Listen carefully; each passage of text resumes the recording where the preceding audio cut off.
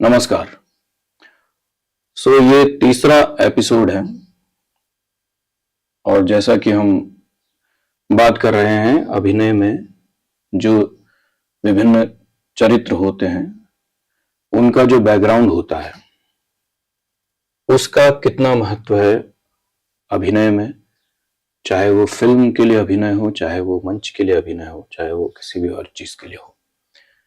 तो हम इस बात पर मैं ज्यादा जोर दे रहा हूं कि हम उसके जीवन में घटी हुई घटनाओं का संकलन बतौर अभिनेता अपने पास हमने अवश्य उसको कल्पित किया जाना चाहिए और उसकी कल्पना के सहारे हम उसके प्रभाव को वर्तमान परिस्थिति के अकॉर्डिंगली यूज करेंगे। जैसे अगर आपके पात्र को ये कहा गया है, आपके चरित्र को ये कहा गया है कि आप परिस्थिति में पहले घबराते हैं अगर कोई विपरीत परिस्थिति आती है और उसके बाद फिर उसको वो अपनी घबराहट पर काबू पा लेते हैं और फिर आप उसका सामना करते हैं। अगर ये सिचुएशन है तो ये कहीं ना कहीं उसके ये जो एक्शन है उसका ये कहीं ना कहीं उसके पास्ट से जुड़ा हुआ होगा, अवश्य जुड़ा होगा। ऐसा हमको एक मान्यता देनी पड़ेगी क्योंकि मैं बार बार इस बात को हर एपिसोड में कह रहा हूं कि व्यक्ति अगर 50 साल की उम्र में 50 साल प्लस 1 महीना प्लस 14 दिन और 15वें घंटे में अगर कोई घटना उसके जीवन में घटित हो रही है जिसको हम प्रदर्शित कर रहे हैं तो उस घटना का संबंध उसके 50 साल के पूरे जीवन से कहीं ना कहीं जुड़ा रहता है। हो सकता है हर घटना दुर्घटना का प्रभाव इस पर्टिकुलर सिचुएशन पर ना पड़े, पर कोई ना कोई घटना ऐसी होगी जो इस निर्णायक घड़ी में कुछ ना कुछ अपना प्रभाव डालेगी। पिछले एपिसोड के अंत में मैंने कहा था कि एक सिचुएशन है जहां पर एक गांव में एक शहीद का शव आता है, जहां उसकी पत्नी है, उसकी माँ है, उसके पिता हैं, गांव वाले हैं। ये एक सिनेरियो अगर आपको दिया जाता है, ये मैं इसलिए भी बता रहा हूं आपको क्योंकि आप अगर जेनेरिकली इस वीडियो को, इस एक्शन को, इस सीन को पिक्चराइज करेंगे या इसको मंचित करेंगे तो आपको कोई आधार चाहिएगा। क्योंकि मेरे पास घर में 3 कैरेक्टर हैं, एक जो शहीद हुआ है जवान उसकी पत्नी है, एक उसके पिता हैं और एक उसकी मां है। इसमें किसका क्या रिएक्शन होगा, कितना गहरा रिएक्शन होगा, कितना बड़ा रिएक्शन होगा, वो आप कैसे निर्धारित करेंगे? अगर आप भारतीय फिल्मों के दृष्टिकोण से इस दृश्य को ब्लॉक करते हैं या इस दृश्य को बनाते हैं तो एक जनरल फलसफा है कि फिल्म में या नाटक में, यहां तक कि कई बार हम जो नाट्य शास्त्र है उसमें भी नायक और नायिका, मतलब नायक के बाद नायिका आ जाती है सीधे, क्योंकि हीरो हीरोइन का कॉन्सेप्ट है। तो हीरो हीरोइन के कॉन्सेप्ट में आपको ये बात बिल्कुल दिखाई देती है कि हीरो के साथ होने वाली किसी भी घटना दुर्घटना का सबसे बड़ा प्रभाव हीरोइन पर पड़ेगा। लेकिन वास्तविक जीवन में ऐसा नहीं होता है। उदाहरण के लिए यही सिचुएशन है जहां पर एक जवान शहीद होकर के आ रहा है, उसकी पत्नी है, पिता है और माता है। सच्चाई थोड़ी कड़वी भी होती है और प्रैक्टिकलिटी भी आप देखेंगे तो अगर किसी के साथ ऐसा जीवन में दुर्घटना हो जाती है तो 2-3 साल तक या 3-4 साल तक उसके बाद हर व्यक्ति ये कहता है कि यार ठीक है, जो हुआ सो हुआ, बुरा हुआ, लेकिन अब लड़की को दूसरी शादी करने की तरफ सोचना चाहिए क्योंकि उसके पास पूरी जिंदगी बची हुई है। ये एक सामान्य सी सोच है। शहीद जवान की पत्नी के लिए भी यही बात समाज 3-4 साल बाद कहने लगेगा और दिखाई भी देता है कि हाँ, अगर वो शादी कर लेती है और परिवार आगे बढ़ता है तो कोई उसमें बुराई नहीं है। तो ऐसी सिचुएशन में लेकिन वो जो माँ बाप हैं, भले ही ये पत्नी, ये जो बहू है उनके घर की, वो कल को शादी भी करती है तो माँ बाप का ध्यान रखेगी, ऐसा भी हम मान सकते हैं। लेकिन बावजूद इसके वो एक ऐसी सिचुएशन माता पिता के लिए भी हो जाती है कि सास ससुर के लिए भी हो जाती है कि वो बहू को रोकें भी तो किस मुंह से रोकें, और बहू चली भी जाती है और धीरे धीरे वो अपने परिवार में व्यस्त हो भी जाती है। तो भी वो किस मुंह से उनसे कहेंगे कि बेटा हमें भी देखो। ये एक बहुत प्रैक्टिकल बात है। तो ऐसी सिचुएशन है, आपको ये ध्यान रखना पड़ेगा। अगर आप फिल्मों के हिसाब से देखें कि हीरो मर गया तो हीरोइन को नुकसान होना चाहिए, वास्तविकता में ऐसा होता नहीं है। अगर मैं इस सिचुएशन में थोड़ी देर के लिए पत्नी को अलग कर दूं, तो एक माँ बाप हैं जिन्होंने अपने बच्चे को, एक माँ है जिसने बच्चे को पैदा किया, एक पिता है जिसने, दोनों ने मिलकर के बच्चे को बड़ा किया, और आज वो बच्चा शहीद हो गया देश के लिए और उसका शव आया है। तो सबसे बड़ी चोट जो लगेगी, मैं कुछ ऐसा कंट्रोवर्शियल उसमें नहीं कहना चाहता, लेकिन व्यवहारिक तौर पर देखिए तो एक माँ है जिसका वो बेटा था जिसने उसे पैदा किया, एक पिता है, और भावनात्मकता के अलावा एक भविष्य की भी बात है। माँ बाप के लिए बच्चे भावनात्मक लगाव के अतिरिक्त एक प्रैक्टिकलिटी भी होते हैं कि वो बुढ़ापे में उनकी देखभाल करेंगे। तो इन माँ बाप को ये बिल्कुल लग सकता है कि यार हमारा तो बुढ़ापा खराब हो गया, इन दोनों को, माँ बाप को। अब हम इन दोनों में भी विच्छेद करते हैं कि इनमें किसको ज्यादा दुख होगा, माँ को कि पिता को। कोई भी इसका कोई फिक्स जवाब नहीं है, लेकिन अगर पिता को ज्यादा दुख होता है, हम ऐसा कहते हैं, तो उसके पीछे हमें कोई कारण देना पड़ेगा। अगर मां को ज्यादा दुख होता है, हम ऐसा कहते हैं, तो इस परिवार विशेष में क्या ऐसी वजह है कि मां को ज्यादा दुख हो रहा है, हमें उसका कोई ना कोई कारण देना पड़ेगा। या तो वो बच्चा मां से ज्यादा लगाव रखता था, हर वक्त माँ माँ माँ माँ कहता था, या वो अपने पिता को इतना प्यार करता था कि पिता पिता पिता कहता था। कोई ना कोई उसकी बैक स्टोरी होगी जिसको हमें एज एन एक्टर या डायरेक्टर, एज एन एक्टर भी हमें उसको कल्पित करना पड़ेगा। अगर मैं पिता का किरदार कर रहा हूं या मैं माता का किरदार कर रहा हूं, तो उसको मुझे बनाना पड़ेगा अपने मन में कि देखो ये मुझे छोड़ना नहीं चाहता था, ये मुझे हमेशा चाहता था कि मैं तुम्हारे साथ रहूं, ऐसा कहता था, मैंने इसको कहा कि तू देश के लिए जा, और आज ये नहीं रहा। ये कुछ ना कुछ उसको बैक स्टोरी देनी पड़ेगी जो इस सिचुएशन में आगे लेकर के जाएगी। एक मां के लिए बैक स्टोरी होगी, एक पिता के लिए बैक स्टोरी होगी, और इस पर हम और थोड़ा सा डिटेल में बात करेंगे जब मैं इसके सेगमेंट के दूसरे पार्ट में जाऊंगा, जहां पर मैं आपसी संबंधों पर बात करेंगे। और इसके बाद मैं आता हूं उसकी जो पत्नी है, तो पत्नी की भी एक बैक स्टोरी होगी। अगर ये नव दंपति हैं, इनकी लव मैरिज है, हो सकता है ये कॉलेज स्कूल टाइम से साथ में रहे हों, ये लड़की किसी पड़ोस के गांव की हो, किसी इंटर कॉलेज में ये दोनों लड़के लड़की मिले हों, वहीं से इनका प्रेम चल रहा हो 10 सालों तक, फिर सब कुछ ठीक रहा और फिर इनका विवाह हो गया, और उसके बाद आज ये शहीद हो गया। तो लड़की का रिएक्शन बिल्कुल अलग होगा, क्योंकि उसके अलावा उसके लिए तो लड़का नाम का चीज ये बचपन से उसके साथ चला आ रहा है, उसका एक अलग रिएक्शन होगा। और यदि वो लड़की किसी आर्मी बैकग्राउंड से है जहां पर उसको पता है कि हाँ शहादत एक कभी भी हो सकती है, तो उसका एक रिएक्शन बिल्कुल अलग होगा। यदि ये लड़की दूसरी तरह से सोचती है कि क्या हो सकता है, क्या किया, मतलब उसको एक आपको बैक सपोर्ट देना पड़ेगा, तब उसके वो रिएक्शन उसके अकॉर्डिंगली आप उसको प्रेजेंट करेंगे। तो ये 3 किरदार हैं। अब जो मैं अगली बात कहना चाहता हूं, जो आपको समझ शायद आई होगी इसमें, कि हम इन तीनों किरदारों की बैक स्टोरी को जब तक नहीं अपने अंदर इमेजिन करेंगे, चाहे वो आप उसकी पत्नी का रोल करें, चाहे माँ का रोल करें, चाहे पिता का रोल करें, आप उसको नहीं एग्जैक्टली कर पाएंगे, क्योंकि उसके पीछे हमें पता ही नहीं है।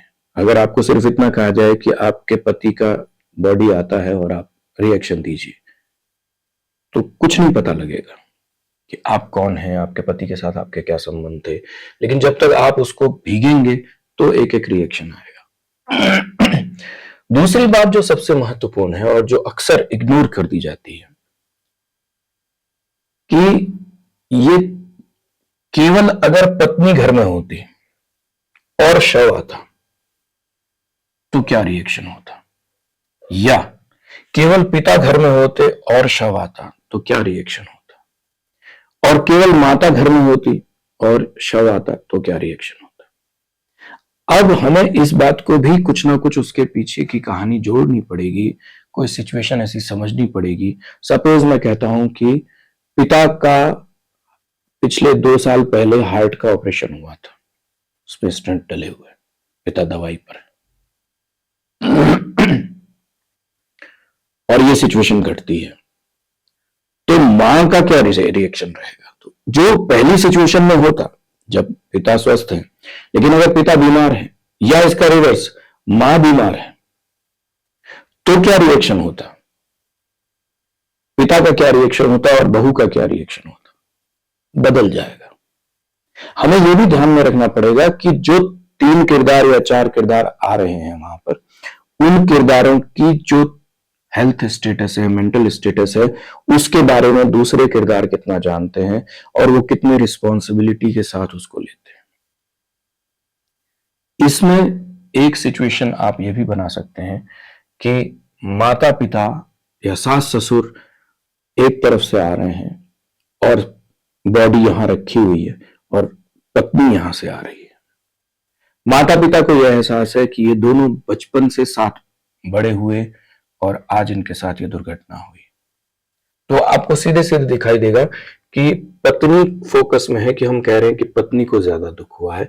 ये दोनों एक दूसरे के साथ आ रहे हैं और पत्नी की तरफ देख रहे हैं, बहू की तरफ, अपनी बहू की तरफ देख रहे हैं, हीरो की पत्नी की तरफ देख रहे हैं कि देखो कितना दुख हो रहा है इसको। इसका रिवर्स कर दीजिए। अब पिता को अगर स्टंट डले हैं और सास और ससुर आ रहे हैं, ससुर को स्टंट डले हैं, तो ऑब्वियसली ससुर को फोकस में रखना पड़ेगा। पत्नी को भी ये ध्यान है, बहू को भी ये ध्यान है कि इनकी तबीयत खराब है। सो ये चीज आपको समझ में आनी पड़ेगी कि आप किसको एक कदम आगे रख रहे हैं, किसको एक कदम पीछे रख रहे हैं, किसको किसका सहारा बन रहा है। सास वहां पर ससुर को भी संभालने की कोशिश करेगी, बहू भी अपने दुख के साथ साथ ससुर जी के दुख को संभालने की कोशिश करेगी। तो ये जो परस्पर रिलेशनशिप है, इसका हम कई आप भारतीय फिल्मों में देखेंगे, इसको बिल्कुल इग्नोर कर दिया जाता है। मैं उदाहरण आपको दूंगा अभी इसी में आगे बात करते हुए। तो ये आप देखेंगे कि आपको कौन कौन सी चीजें प्रभावित कर रही हैं। अब ये तीनों खड़े हैं, ये बॉडी रखी है और यहां से कोई एक भारत सरकार का या राज्य सरकार का मंत्री आ जाता है या विधायक आ जाता है या एमपी आ जाते हैं। तो ये जब आएंगे तो इनका रिएक्शन कैसा होगा। दुख वही है सेम, लेकिन जो परिस्थिति हो रही है उस परिस्थिति में कौन कौन लोग मौजूद हैं, कौन कौन लोग आए हैं, शामिल हो रहे हैं, उससे भी इनका रिएक्शन थोड़ा बहुत चेंज होता है। तो एक तो बैक स्टोरी में क्या क्या घटनाएं घटी हैं जब तक वो कलेक्ट नहीं होंगी तब तक। उसके अलावा जो पात्र वहां पर मौजूद हैं, चाहे वो लेखक ने रखे हैं, चाहे वो कैसे भी आए हैं, उनका परस्पर संबंध इस घटना दुर्घटना के रिएक्शन में प्रभाव डालता है। हमने जो मैं अभी कह रहा था कि हम बहुत सारा इसको हिंदी फिल्मों में इग्नोर देखते हैं। आप भारतीय पुरानी फिल्मों में कोर्ट रूम ड्रामा जब आप देखते हैं तो वहां पर जो जज हैं उनको आप क्या करते हुए देखते हैं, कुछ भी नहीं करते हुए देखते हैं। जबकि आप वास्तविक जीवन में अगर कोर्ट में जाएंगे तो जज इज सुप्रीम, उनसे बड़ा कोई नहीं है वहां पर। लेकिन हमारा जो हीरो वकील है वो चिल्ला चिल्ला के अपने मतलब पूरा ड्रामा करके वो अदालत के सीन को अपने पर केंद्रित कर देता है। जबकि आप अदालतों में जब भी जाएंगे वहां पर आप देखेंगे कि किस तरह से चीजें होती हैं, तो आपको लगेगा कि वकील एकदम डरे हुए रहते हैं कि जज साहब किसी बात पर नाराज ना हो जाएं।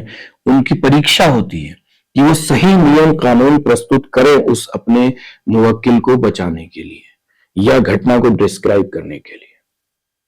कोर्ट में जब मामला चला जाता है हमें लगता है कि पुलिस का कोई रोल नहीं है अगर कहीं पर कोई घटना दुर्घटना हुई है, जबकि वकील जो सरकारी वकील है वो पुलिस की तरफ से लड़ रहा है और जो प्राइवेट वकील है वो अपने मुवक्किल की तरफ से लड़ रहा है। और बहुत ज्यादा केसेस में हम लोग ये देखते हैं कि जो सरकारी वकील है वो एक अथॉरिटी है, क्योंकि सरकारी पुलिस ने एक केस बनाया किसी व्यक्ति के विरुद्ध, तो उस पर अभियोग चलाया, उस पर आरोप लगाया कि आपने ये अपराध किया है, और वो सरकार है, अथॉरिटी है। जबकि प्राइवेट व्यक्ति एक साधारण जनसामान्य है, उसने एक वकील किया है, उस वकील को फीस दी है और उस फीस के अकॉर्डिंगली उसकी जितनी हैसियत थी उसने उतनी हैसियत का वकील किया। वो वकील अपने मुवक्किल को बचाने के लिए जितना लग सकेगा उतना वो लगेगा, और जितना उसको बचने का स्कोप दिखेगा। अब कोई पकड़ा ही गया और सारे सबूत उसके खिलाफ हैं, तो वकील किस तरह से उसके केस को लड़ेंगे? उसको क्या कहेंगे कि नहीं, सबूत तुम्हारे खिलाफ हैं, उन सबूतों को काटने के लिए तुम्हारे पास कोई एविडेंस नहीं है, फिर क्या होगा? तो ये सारी सिचुएशंस हम, आप कोई भी कोर्ट रूम ड्रामा उठा करके देखिए, वहां पे जो हीरो का वकील है या हीरो है, वो ऐसा लगता ही नहीं है कि वो अदालत में खड़ा है, वो ऐसा लगता है कि वो मंच पे खड़ा है, कैमरे के सामने खड़ा है और एक्टिंग कर रहा है। तो दैट एनवायरमेंट जो हम जिसको कहते हैं कि वो एनवायरमेंट को आपको समझना पड़ेगा। दूसरी चीज जिस पर हम चर्चा कर रहे हैं, और जो वहां पर मौजूद किरदार हैं उनके परस्पर रिलेशंस क्या हैं,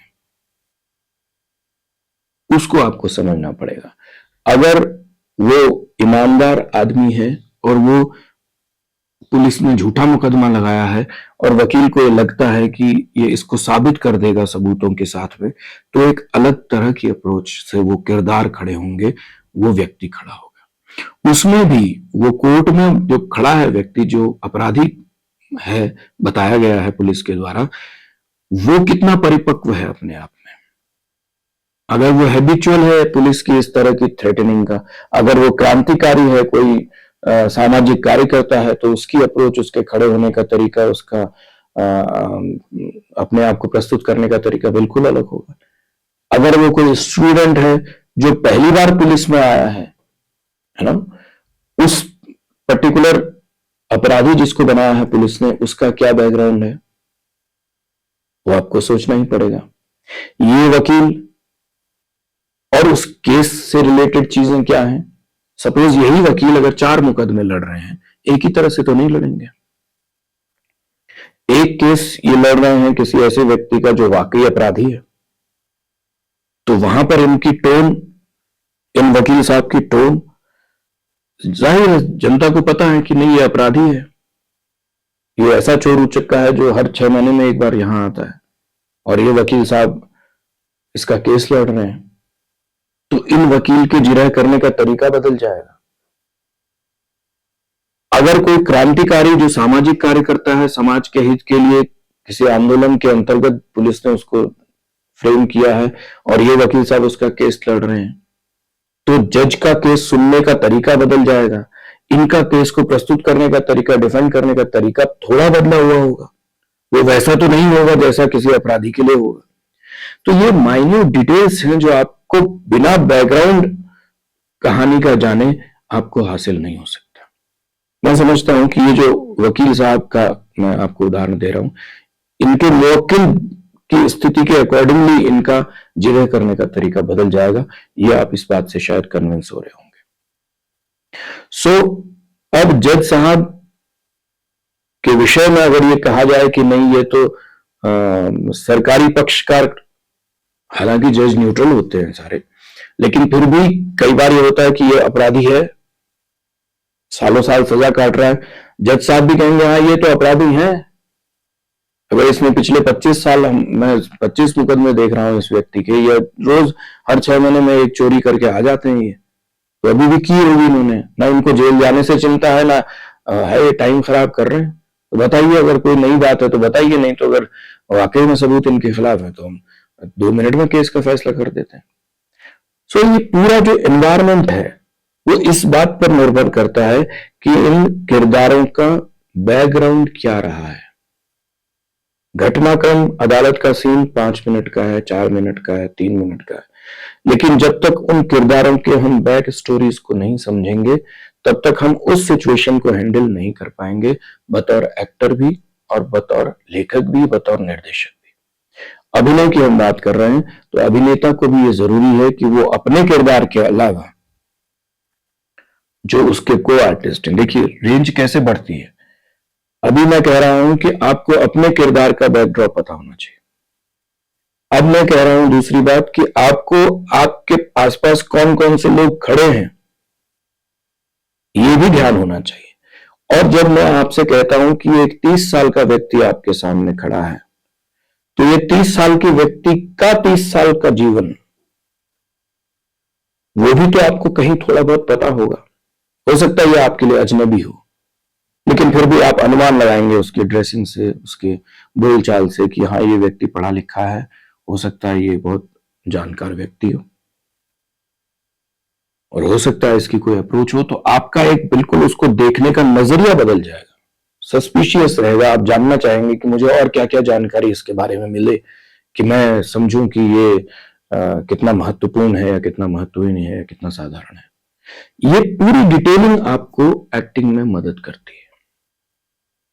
वापस अगर हम वहां वाले सीन में जाते हैं, सास बहू और ससुर और शहीद वाले में, तो वहां पर आप दोबारा उस सीन को जब आप इमेजिन करेंगे तो आपको उसकी बैक स्टोरी और फ्यूचर स्टोरी के अकॉर्डिंगली वहां पर पोजीशनिंग लेनी होगी, खुद को संभालना पड़ेगा। एक बात जो इसमें सबसे महत्वपूर्ण है, क्योंकि ये 3 लोग हैं फ्रेम में, और ससुर अगर बीमार है तो रिएक्शन, सास अगर बीमार है तो रिएक्शन, पत्नी अगर गर्भवती होगी, सपोज कीजिए कि 7 महीने 6 महीने की गर्भवती है पत्नी, इसी सिचुएशन में सास ससुर की अप्रोच बदली हुई दिखाई देगी,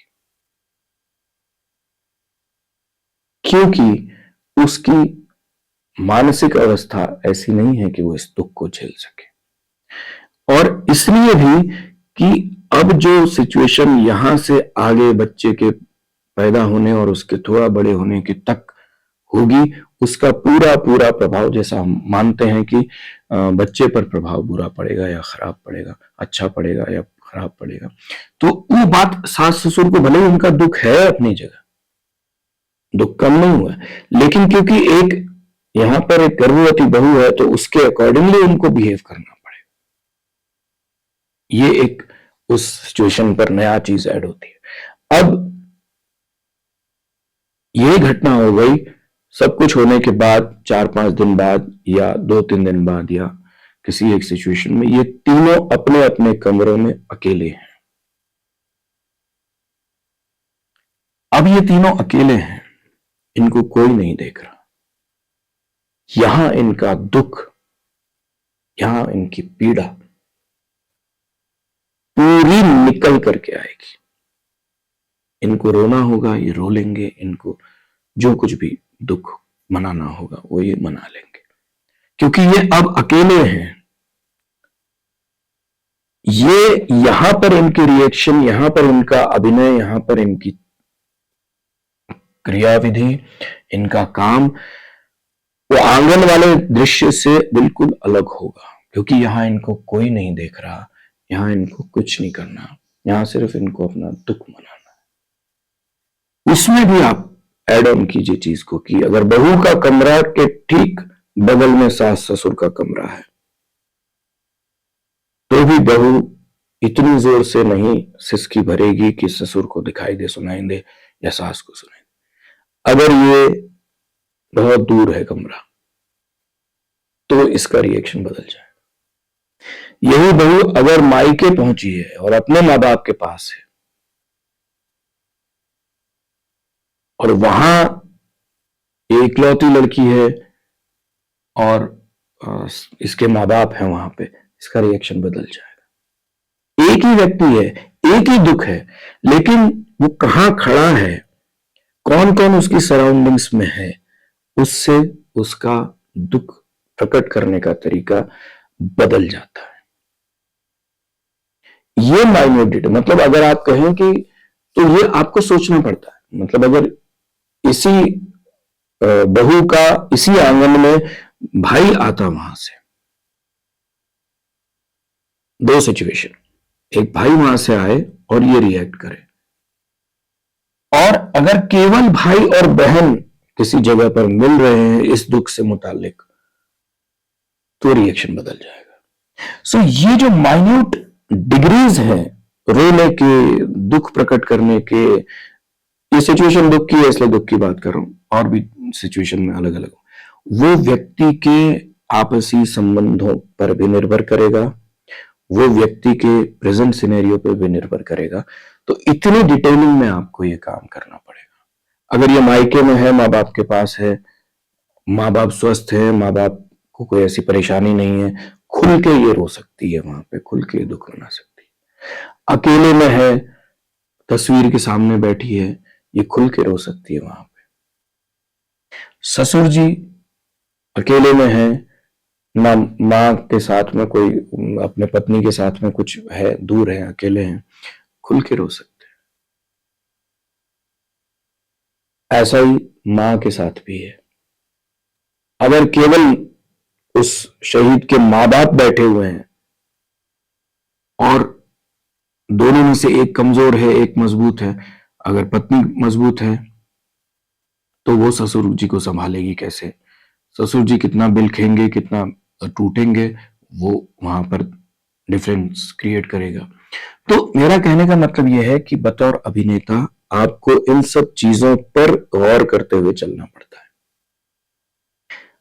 अब जाकर के मैं एक सीन आपको दे रहा हूं कि ये ससुर हैं जिनके साथ ये घटनाक्रम हुआ, ये आगे चल करके कोई, मैं इनका एक सीन आपको बताता हूं कि ये किसी हॉस्पिटल में जाते हैं, मेरे ख्याल से किसी फिल्म में भी था ये शायद, कि वो सरकारी दफ्तर में किसी काम के लिए जाते हैं और वहां उनसे रिश्वत मांगी जाती है, शायद ओमपुरी जी की कोई फिल्म है। तो ये किस तरह से फट पड़ेंगे वहां पे। अब आपको केवल वो सीन समझाया जाए कि साहब ये ऐसा ऐसा होता है, और ये बैकग्राउंड आपको ना पता हो, आप एक्टिंग कर ही नहीं पाएंगे, और करेंगे भी तो वो बिल्कुल वैसी हो जाएगी जैसी नॉर्मली होता है। फिर आप देखेंगे डायरेक्टर कि साहब क्या करूं, कैसे बताऊं, क्या बताइए क्या करूं मैं यहाँ पर, कितना रोऊं, कितना हंसूं, क्योंकि आपको बैकग्राउंड नहीं पता है। तो एक एक्टर के नाते आपकी ये जिम्मेदारी है कि आप पूरी प्रिपरेशन के साथ जाएं। और ये हम कहते हैं ना कि, मैं हमेशा कहता हूं कि टिक मार्क्स रखिए, ये हमने कर लिया है, हाँ कर लिया, ये हमने कर लिया है, हाँ कर लिया, ये हमने कर लिया, हाँ कर लिया, ये हमने कर लिया, हाँ कर लिया, ये कर लिया। 10 पॉइंट्स, 5 पॉइंट्स, 15 पॉइंट्स आप बना लीजिए कि मैंने अपने किरदार पर ये काम कर लिया है, और मेरे दिमाग में वो कहीं बैठा हुआ है, और अब वो मेरे अनकॉन्शियसली भी, मैं उसको ना भी याद करूं तो भी वो मेरी बॉडी में आ जाएगा। ये होती है एक्टिंग, ये होता है रिहर्सल, कि आप उन घटनाओं को इतना आत्मसात कर लेते हैं कि अब वो आपको लगता है कि ये आप ही के साथ हुआ था, और चाहे अनचाहे वो आपके अंदर, आपको पता भी नहीं लगेगा कि ये क्यों हुआ ऐसा, और वो हो जाएगा।